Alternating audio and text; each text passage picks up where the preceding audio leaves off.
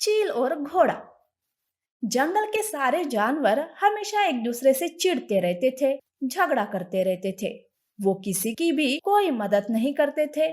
ऐसे में एक दिन एक चील वहां आता है। जानवरों को यूं झगड़ा करते हुए देख वो मन ही मन सोचता है। जिस जंगल में ऐसे जानवर, वहां शिकार करना बड़ा आसान रहता है। यहाँ तो किसी को किसी की पड़ी नहीं है। वाह, अब मुझे नए नए शिकार मिलेंगे खाने के लिए।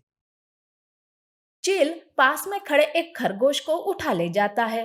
वो मदद के लिए पुकारता है, पर कोई उसकी मदद नहीं करता। ये सिलसिला अब रोज होने लगता है।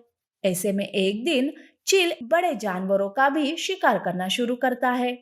चील एक सुअर के बच्चे को उठा ले जाता है। सुअर चिल्लाते हुए उसके पीछे भागती है। अरे चील मेरे बच्चे को छोड़ दे, मेरा बच्चा, मेरा बच्चा। ऐसे चिल्लाते हुए वो भागती रहती है कि रास्ते में उसे हिरन मिलती है। तब सुअर हिरन से कहती है, अरे हिरन, मेरे बच्चे को बचाने में मेरी मदद करो। वो चील मेरे बच्चे को उठा ले गया। क्या? मैं भला तुम्हारी मदद क्यों करूं? वैसे भी वो चील ऊंची आसमान में उड़ता है। मैं कैसे बचाऊं तुम्हारे बच्चे को? जाओ जाओ, मेरे पास इतना समय नहीं है तुम्हारे लिए। अरे हिरन, अगर आज इस जगह तुम्हारा बच्चा होता तो क्या तुम ऐसे ही कहती? बड़ी आई मुझे बताने वाली, जैसे कि तुम सबकी मदद करती रहती हो। उस दिन खरगोश के बच्चे को तुम्हारे पास से उठा कर ले गया था वो चिल। तब तो तुमने उसकी मदद नहीं की और मुझे बता रही हो। हिरन सुअर को सुनाकर वहां से चली जाती है। अब चील का शिकार करने का सिलसिला बढ़ने लगता है।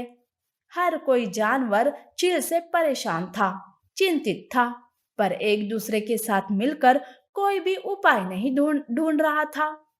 ऐसे में घोड़ा सारे जानवर को बुलाकर कहता है, अरे, तुम सारे जानवर मिलकर उस चील को सबक क्यों नहीं सिखाते? वो तुम्हारे बच्चों का शिकार कर रहा है और तुम मन में मुटाव लेकर हाथ पर हाथ धरे बैठे हो।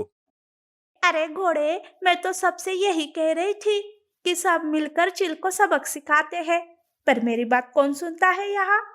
हाँ हाँ, कब कहा तुमने ऐसा? किसी की मदद तो नहीं कर सकती तुम, और अब तो झूठ भी बोल रही हो। तो तुम कौन सी दूध की धूली हो?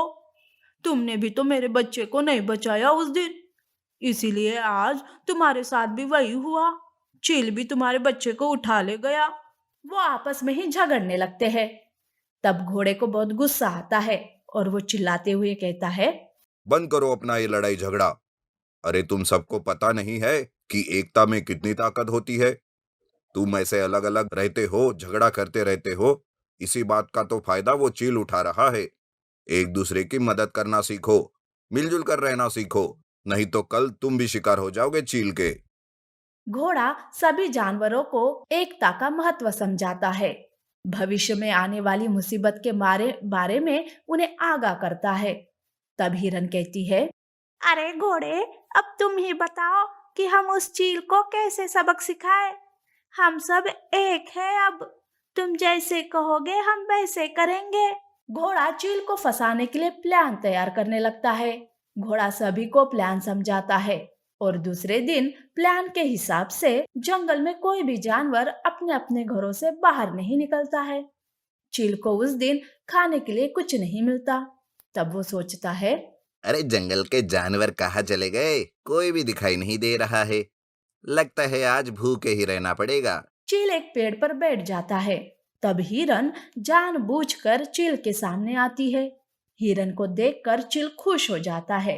वो उसका शिकार करने जाता है तो हिरन तेजी के साथ भागने लगती है और उसके पीछे चील।